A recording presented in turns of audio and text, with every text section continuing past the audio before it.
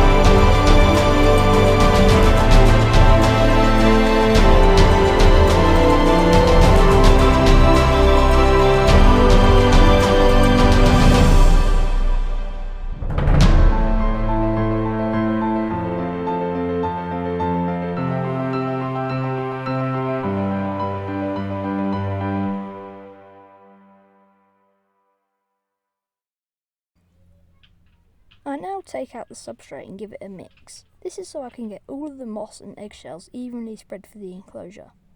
Once I'm done, I will add all of the dead bark and substrate back into the enclosure. I will then proceed to add food for the isopods, which I generally use cucumber and potatoes. This is because they are nutrient rich and the isopods generally like to eat them.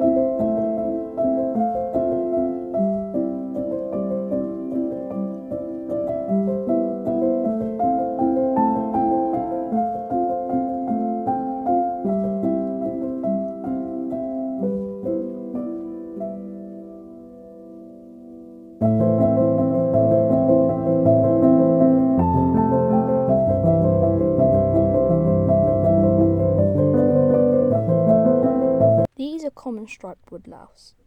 They are native to the UK. They have a similar lifestyle, habitat and diet to the tropical grey isopods. The main difference is that they prefer it more moist and damp due to the English weather. They are also a smaller species than the tropical greys. I find that when I'm trying to take them off the bark, whereas with the tropical greys I can just flick them off, they like to hide in between tiny little cracks, which makes it a lot harder to find them, so I never actually know if I've got them all. At this time I'm repeating the same steps as the tropical greys.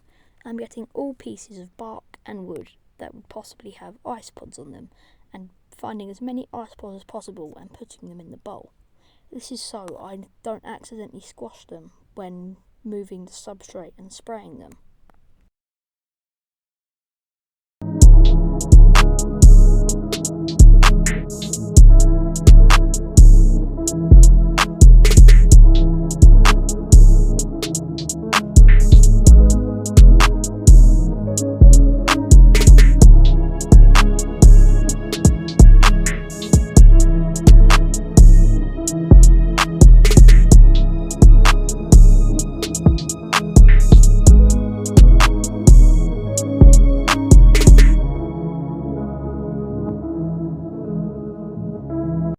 After I've finished these steps, I'm going to be mixing the substrate for the same reason as the tropical greys.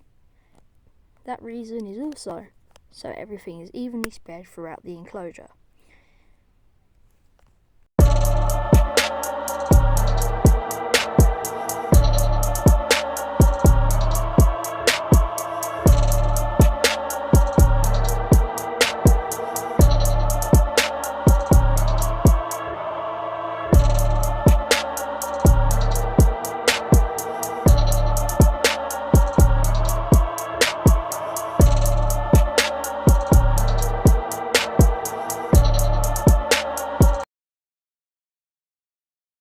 As I said before, common striped woodlouse prefer it to be more damp. So this is why as you'll see in a second, when I pour the substrate into the bowl, I will spray it. This is so it can absorb the water instead of me accidentally spraying it too much when the isopods are in the tank, causing them to drown. Because fun fact, isopods have gills, meaning that they have to have a damp and humid environment to breathe. Although it varies from species to species, as some species prefer it to be more dry.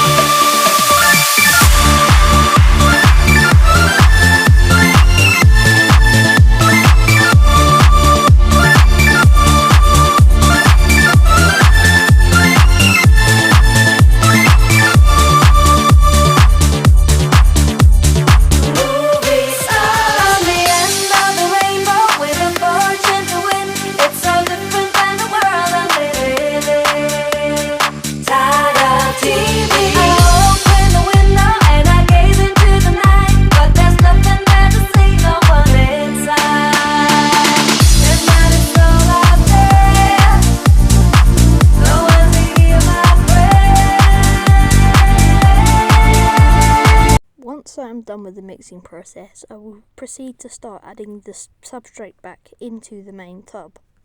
And then once I am done, I will repeat the same steps for the tropical greys, which is putting in the dead pieces of bark, wood, decaying matter, and food. As I was also saying earlier on, common striped woodlouse like eating the same sort of food as tropical greys, which also is potato, cucumber, but they generally eat more leaf litter, so I wouldn't recommend you just try keep them living off of cucumber because it's not always 100% reliable.